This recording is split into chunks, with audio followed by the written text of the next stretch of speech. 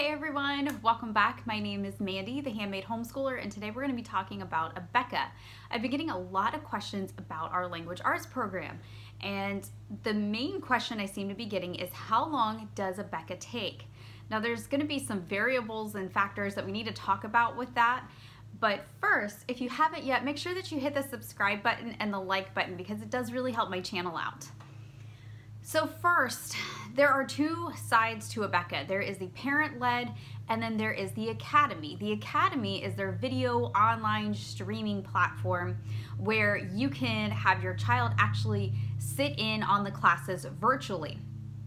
Now, Abeka Academy is actually a school, a brick and mortar school in Pensacola, Florida, and the curriculum was actually developed for the school. Now they have taken that and turned it into a homeschool curriculum, which is the parent-led. And if you don't want to do the virtual option, which could be a great option for you if you happen to work and you are looking for something that is much more hands-off. However, I like the parent-led because I get to be more hands-on with that. Now with the parent-led, you get all the materials and the teacher books and they show you how to be the instructor. So with that, I'm going to explain all of the things that are inside of the language arts portion so you get a better feel for where this time is being spent.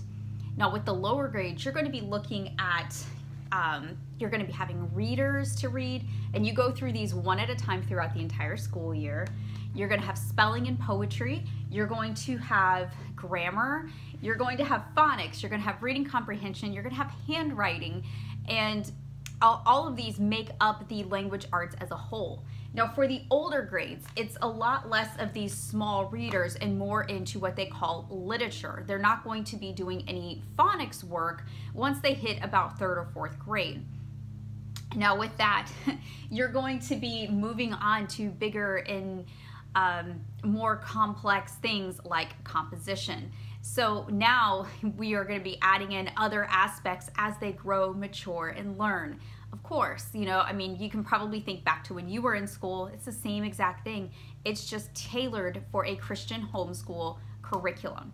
So with that, I have the 3rd grade and the 8th grade, or I'm sorry, the 7th grade Abeka Language Arts program here. Now in the 7th grade, I am very hands-off with this. My son likes to work at his own pace. He likes to just know what his assignments are, and he will read over the portions that I would typically read to the child. He just likes to do that himself and likes to actually teach himself, which I think is a good thing. I am not opposed to that at all. He learns best that way, and we have learned through trial and error that that actually just works out best for me and him both. So what I do is I actually have a list of everything that he needs to do for the day. I might actually have that over here for you guys. He was doing school earlier, but I will try to get a copy of that. He uses a list that I print out from Homeschool Planet, and I just add everything in there for the week. I print it out, staple it together, and I put it right here on his desk, and he just goes and works. And he enjoys it that way, and I enjoy it that way. It's much simpler for us. Now, I have found that with his subjects for 7th grade, we are doing grammar, vocabulary, literature, poetry, and composition. And in the composition, not only is he writing, but he's also doing book reports and things like that. With that, oh, and spelling and vocabulary. Now, with that, typically he spends no more than 45 minutes a day, and that's with him and, you know, teaching himself and going through it, diagramming the sentences, doing all of the work.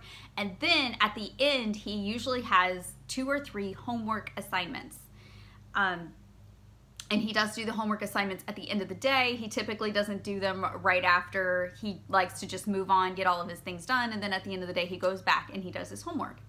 And that teaches him a little bit of responsibility. It teaches him how to really schedule his time. So he's learning some time management skills, and it really makes it easier for me so I can concentrate on my 3rd grader, who is, well, he's actually in 4th grade, but we are finishing up the 3rd grade Abeka package. Abeka, from my experience, tends to run a little bit ahead of schedule, so I had no problem at all just finishing out the 3rd grade Abeka while he starts 4th grade.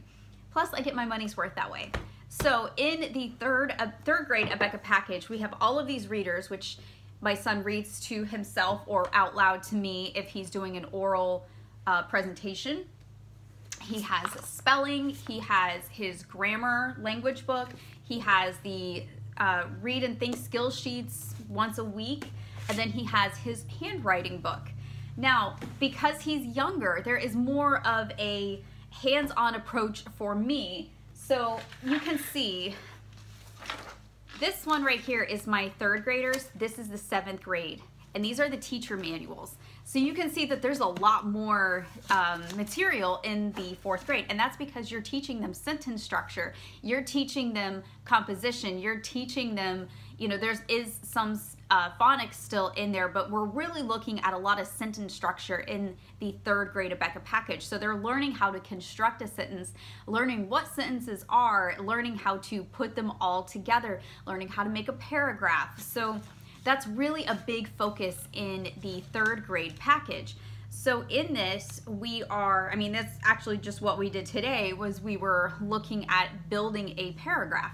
So for his grade, even though there is a lot more in here and we use charts and all kinds of things, I would say no more than 30 to 40 minutes for him. And there's no homework in grade 3.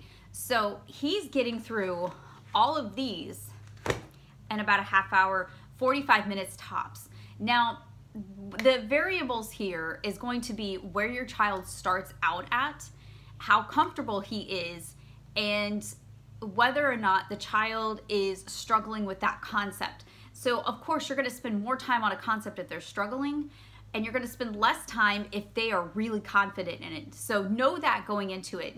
You know, you really have to take in how the child is doing with that certain subject.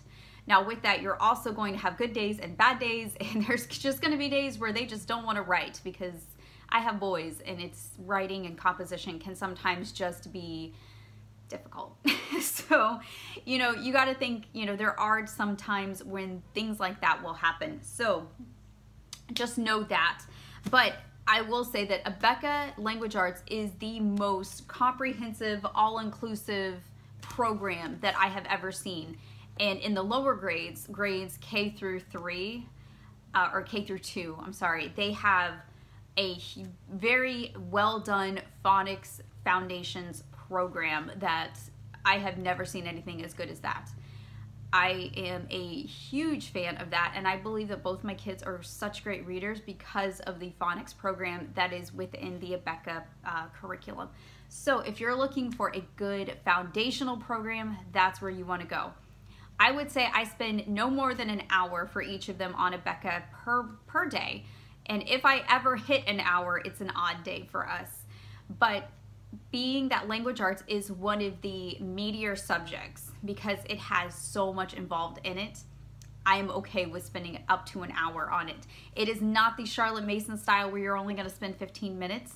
And a lot of the programs like The Good and the Beautiful and Master Books, they really take after the Charlotte Mason style. This is not one of those. Abeka is more of a traditional school type of program, which we are okay with. My kids seem to really enjoy it.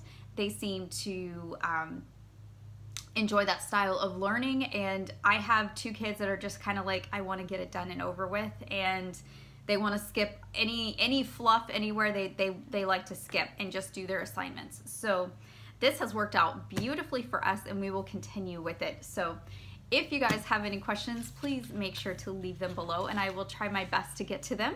And that is all I have for you guys on this program. I hope that that helped answer your questions, and I hope that that helps you pick the best curriculum for you and your family this year.